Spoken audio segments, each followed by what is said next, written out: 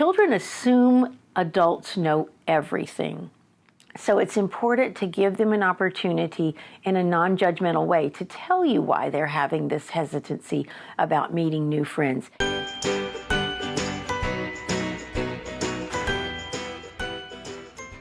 Hey everyone, welcome back to the Parent Corner channel, where a licensed child therapist gives you the tips and tricks to help navigate through the challenges of parenting.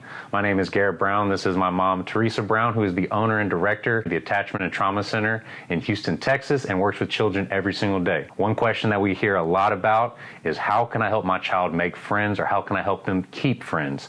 I know I struggled with it growing up. I know a lot of people struggle with this, trying to figure out their way through early on elementary to middle school to high school and further beyond. And luckily, we have some very good tips that have been proven to help with these challenges. Without further ado, I'll let her take it away. Yes, making friends is a difficult challenge right now, especially because children were isolated for quite a while during the COVID pandemic.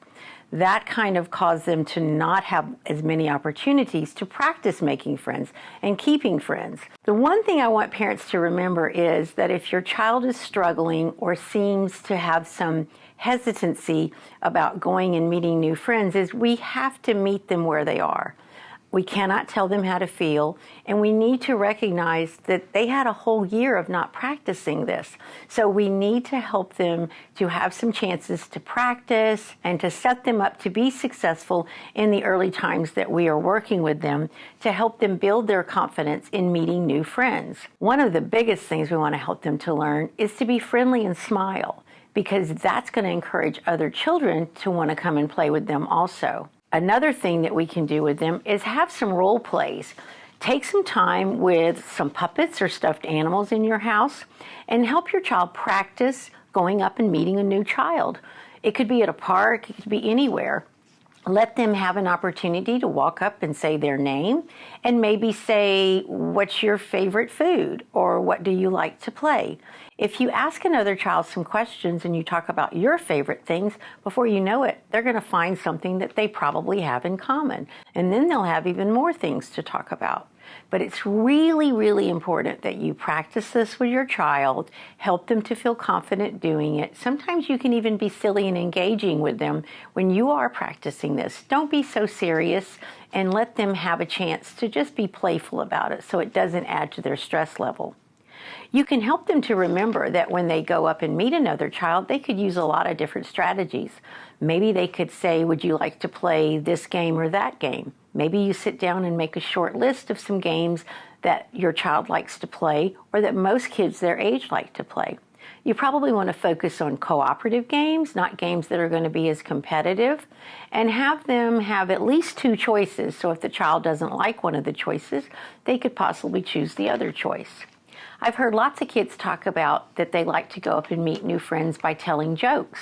I can remember my son used to like to tell jokes, and so that was a way to break the ice with other children. Maybe have them memorize a couple of jokes. And kids that age have certain types of jokes that they think are just hilarious. So we see a different type of humor in our littles, the kids who are, say, 4 to 6-ish, and then we do in our 8 to 10-year-old children. I think you also want to help them understand to have empathy for other children and to not feel like they have to always be the one who makes the choice about what they do. Remind them that taking turns is important. Practice taking turns. Maybe have them practice with their brother or sister so they have an opportunity to see what that's like, to be able to say, oh, yes, we can play your game first, or why don't you go first?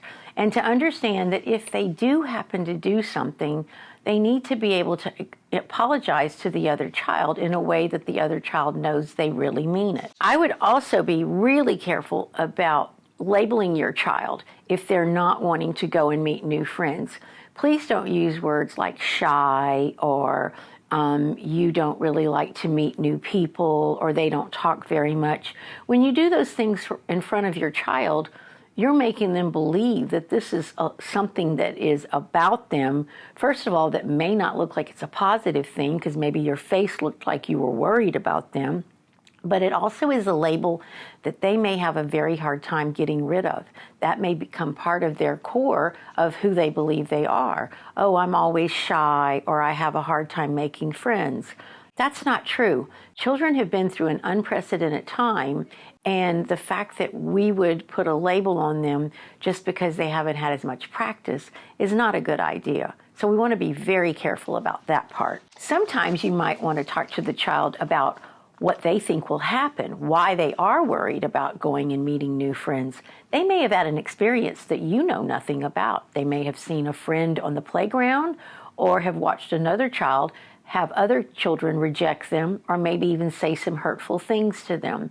So if your child is hesitant about going and meeting new children, try to ask them through open-ended questions like, tell me more, or have you seen other kids try to make new friends and that made you feel like that was something you weren't really sure you wanted to do? Children assume adults know everything.